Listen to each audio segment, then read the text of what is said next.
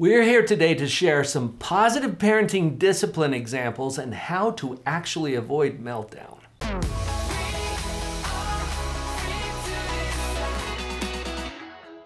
We're Vicki and Paul Jenkins, and we have over 30 years of experience in speech-language pathology, clinical psychology, and parenting. In avoiding meltdowns, prevention is huge. We'll start with that, and then we'll give you some ideas on how to actually change the pattern. First of all, you're more successful at changing your own reaction than to change the child's meltdown. This is a little bit of a change of focus because when the meltdowns occur, our whole focus is on that child and we don't always monitor what's going on here.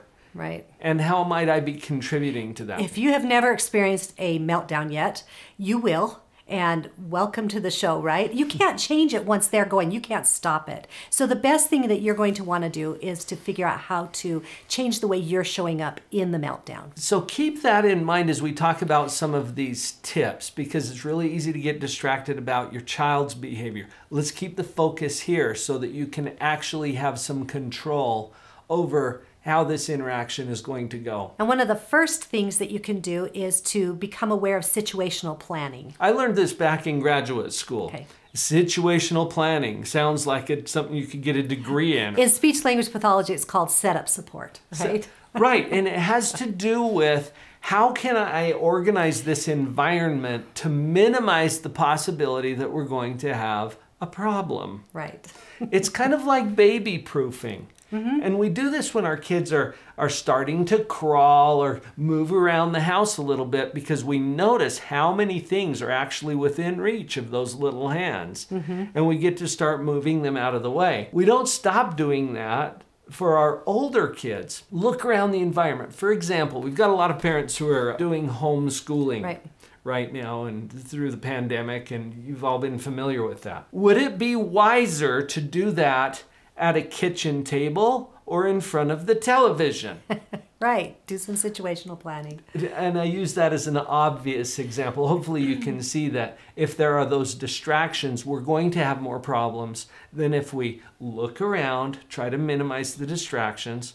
But it could also be, like you were saying in the setup, when your kids come home, do you have a place arranged for them to put their shoes or their backpack or their materials? It could be as simple as the physical arrangement of the room or of the home. And it can also be things, you know what is going to trigger your child. You'll learn it pretty quickly, right? And so maybe your situational planning is, we're going to go to a park where it's going to be really, really loud. We're going to be watching fireworks. And I know that Jimmy has an issue with really loud noises. I'm going to bring the headphones. I'm going to make sure that they're packed and that he knows we have them and that he can use them if he wants them. So just being very aware of what is a possible trigger that's going to hit for my child and what are some things that I can do beforehand and let them know it's not a big secret. Sometimes we think that it's a big secret that we're planning. No, it's okay. Let them know that we've got this all covered. You're going to be okay. I've got this planned, I've got this planned, and you have access to all these resources and it's going to be great. Right? I've seen another example from our grandkids. And our son and his wife give them the plan before they leave to go somewhere. We're going to go do this, and then we'll do that, and then we'll do this. And they lay it out for them so that the kids know what to expect. That's an example of situational planning. Another strategy that works really well to avoid the meltdowns, especially if you see it percolating, if you can see that it's about to erupt, redirection. An example, I was working with a child at the office that was getting a little upset about something, and I stood up and I walked over to the window and I said, well, that's interesting. When you do that, you just are giving them somewhere to redirect that energy that's starting to build in them that might turn into a meltdown. It's going to turn into something different. And there's a distraction element here too. I have a friend who makes goofy faces and he's really good at it, but he'll pull those out sometimes just to distract his children. Or you could start to sing. What if you just broke out into song as you see the besides being weird building? Oh. Now, okay, so maybe but it is okay. It's just to do something silly, right? I'm not as opposed to being weird as Vicki might be. But really, when you're working with children, it's okay to let down your guards a little bit and to be a little silly, especially if it's something that's going to help to redirect them. And I've done this even with toys. You know, sometimes kids are very inflexible about the way they want things to go when playing with toys. So you might purposely do something a little different, like suddenly put the sock on the outside of the shoe and just kind of be goofy, you know, with it. Or you might do just some things to kind of change up the routine with them, just change the momentum. Hey, before we keep going, thank you for being such a conscious parent and for being here. Would you take a moment to subscribe? Hit that subscribe button, click on the notification bell, and we'll keep supporting you in your positive parenting.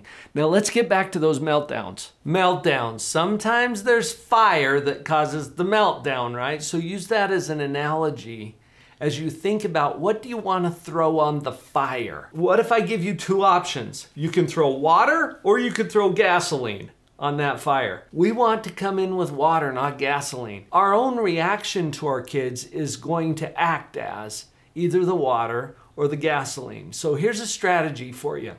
Come in low and cool, not high and hot. So you check your face, you check your tone of voice, you check your energy, you check your height. So very simply, if you've got a young child who's percolating, we're getting, you know, you can tell it's building up. You don't come in up here. You come in at your child's level, down here.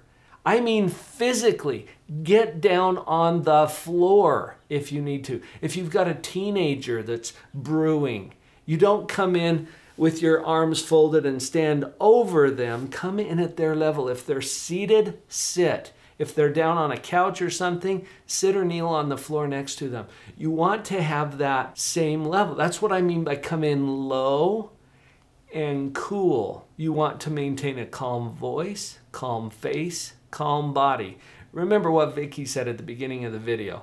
It's easier to change how you show up than it is to change their behavior. So keep that in mind. You're coming in low and cool, not high and hot. Once the meltdown has already begun, really one of the best choices is to isolate that child. And that can be a very physical thing. It can be kind of a step back from them, whatever. But you want to give them a little time to kind of run its course and to cool down, because you're not going to make a lot of progress processing anything during a meltdown. You know, if you've had a child involved, you cannot reason with a child who's in the middle of a meltdown. And so you want to give them some isolation, let them calm down. This is true for adults too, by the way. And that's why it's so important to regulate your own emotions, because you're not thinking straight if you're all hot and bothered. The isolation that we're talking about here is not a punishment. No. The term timeout, okay, usually we think about that as, well, that's a punishment for misbehavior. Right? When you're watching a sporting event and they take a time out, nobody's being punished. We're simply stopping the action. We're getting out of the mainstream of activity for a few moments so that we can regather. And the purpose for the isolation, think of it as a cool down. Think of it as battening down the hatches for the storm. Just letting that storm pass for a minute. And storms do pass. And they pass better if we're not throwing gas on the fire, like we talked about in the last point. So as the storm passes, you will reach a period of coolness and relative calm. All right, now is the chance for you to do some processing with your child. And this is where I like to go back to the two choices, especially if there's a return to the mainstream of activity that we're planning. Would you rather? And then you give them a couple of choices where they can feel some control. And remember that you're always going to be giving two choices, both of which you really are okay with. You have to be. If you give them a choice that you're not okay with, guess which one they're going to pick? Always, every time. It's predictable. So make sure you're okay with both choices. Would you like to go back in there by yourself, or do you want to go in holding Daddy's hand? For example, okay, I'm okay with either one as long as the storm has passed. Parenting is not for the weak of heart, but we're not going to leave you hanging either. The next video, 5 things every new parent needs to know. Cue that up next, and we'll support you there as well.